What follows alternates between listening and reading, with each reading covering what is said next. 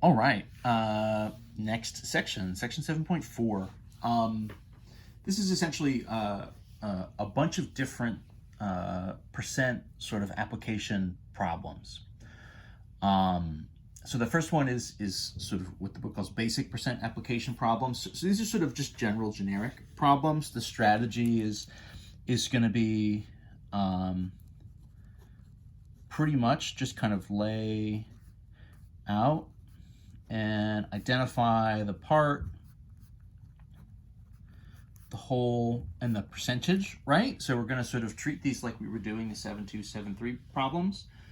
Essentially, we'll need to be kind of given two of those three pieces of information to solve for anything, right? So the strategy is just identify these and then use either the equation or proportion setup to solve it. So as always with any kind of whatever generic story problem, right? The idea is just like, okay, how do I turn these words into a math problem? How do I make this story or situation into a math problem that I can solve? So let's start. I'm going to have to actually do a little bit more writing than normal, so apologies. I'll try to keep on my handwriting pretty good. Let's say we're running a pizza shop. And for the day, we have 96 ounces of pepperoni. So pizza shop has 96 ounces of pepperoni for the day.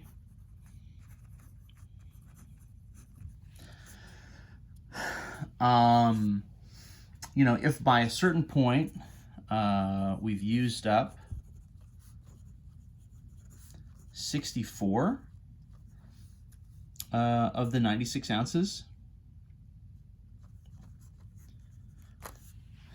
the question is, what percentage of the pepperonis have we used?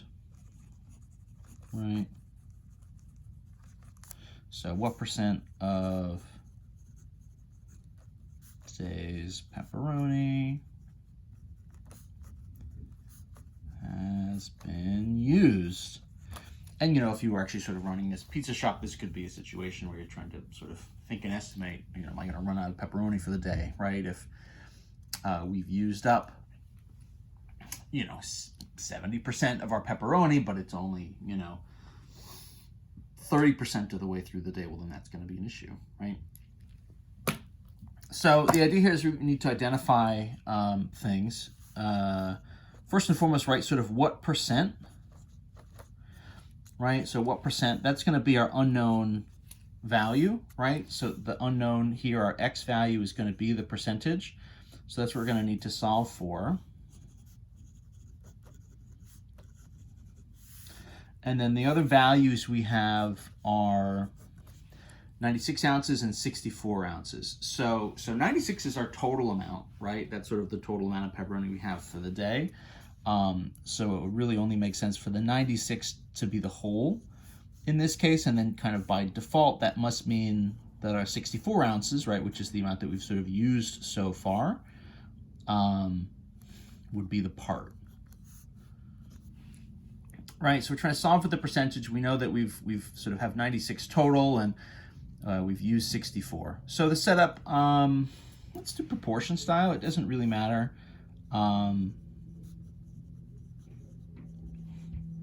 We'll kind of go back and forth between the different setups as we do all the various problems in this section. So let's just say as a proportion. So this is going to mean, right, so the percentage over 100, so x over 100 is going to be equivalent to 64 that we've used over the 96 total, right? So if we cross multiply,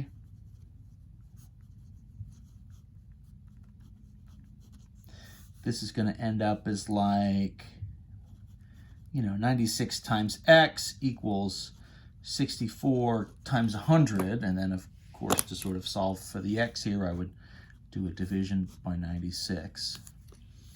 So my percentage would end up as, 64 times 100 over 96. So my x here, right, my percentage, 64 times 100 over 96. I'll sort of run this by hand just for a minute. I know 64 is 8 times 8. 96 is actually 8 times 12. So I know there's some 8s that we can get out of here. 8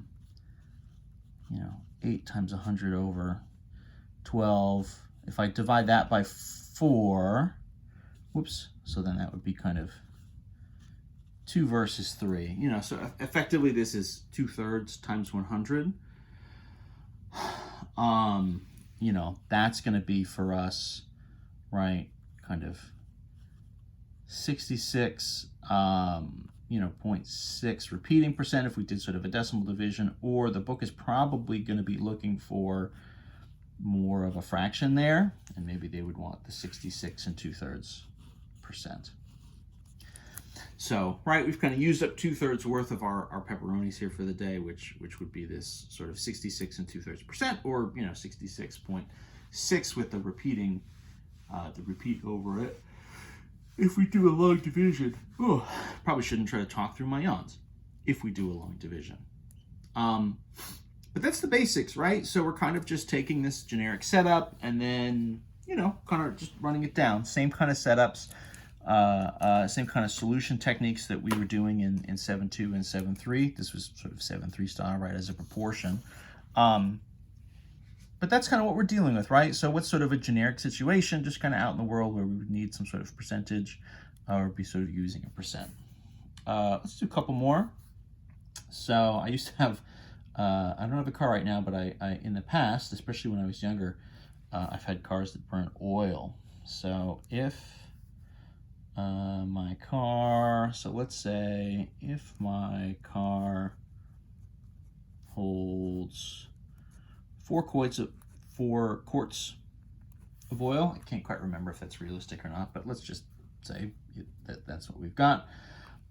And my mechanic says, when I bring it in, I've burned off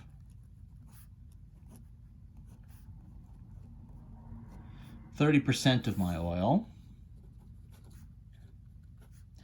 Right, the question is just how much oil did I burn?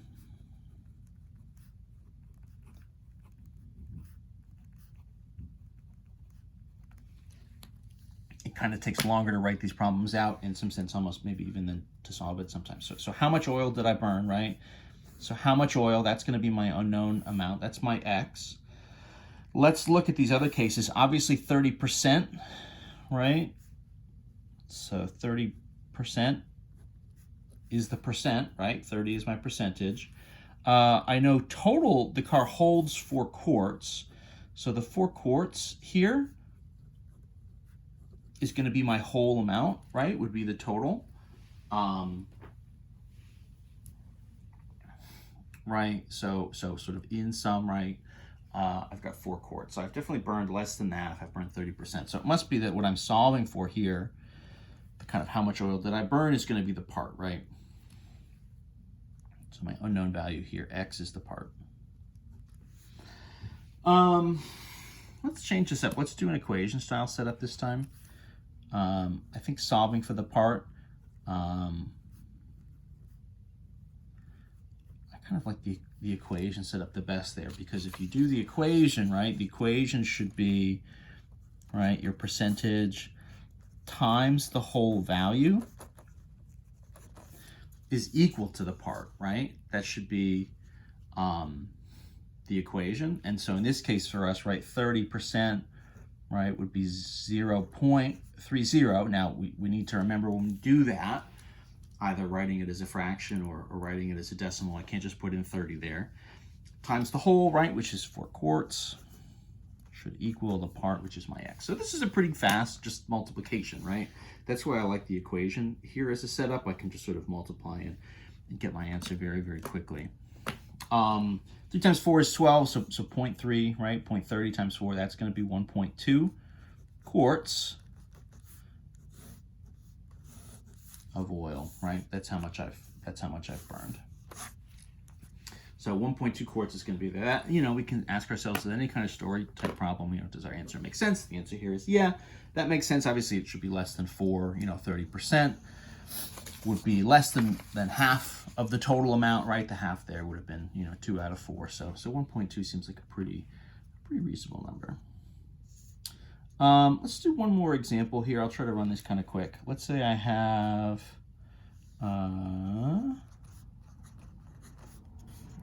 if I paid back $600 of a loan, and that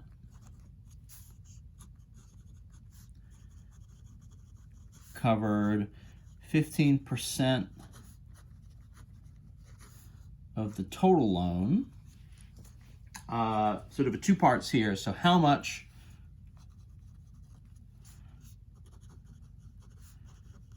was the original loan for? And then sort of as a part 2, how much do I still owe? So we can kind of take something like this and we can actually break it down a little bit and extend it in this case. So obviously my percentage here, 15% is the percentage. The original loan amount, right? The loan itself, the total loan, I mean, that's the X value here, right? And that would be the whole, right? Sort of total and whole are kind of interchangeable, right? So the total amount of this loan is my baseline for the percentage. So that's going to be my whole. That must mean the $600 that I've paid back, right? The $600 here would be the part. How much do I still owe? That's going to be kind of a secondary question for us. So to figure that out, we're going to need to know what the total was, right? We kind of need the total amount, and then we can essentially subtract the 600 off of it. So we got to do this one in stages. So let's set up, what should we do? It doesn't really matter. Maybe we can do the equation again, right? So equation style, this is going to be right. 15%, 0.15 times the whole, which is my X, should get me to 600. That means to get the X by itself, I need to do a division by, not just 15, but by 0.15. I'll just do a quick calculator version of that. You guys see this? 600, right? Divide by 0.15. That's not unreasonable. Looks like that's going to get us to 4,000. You know, we could do this if we shift it over twice and shift it over twice. 15 would go in there. And so that X value, right, $4,000, that's going to be the initial, like, total loan. And then the secondary question, right, is, so how much do I still owe?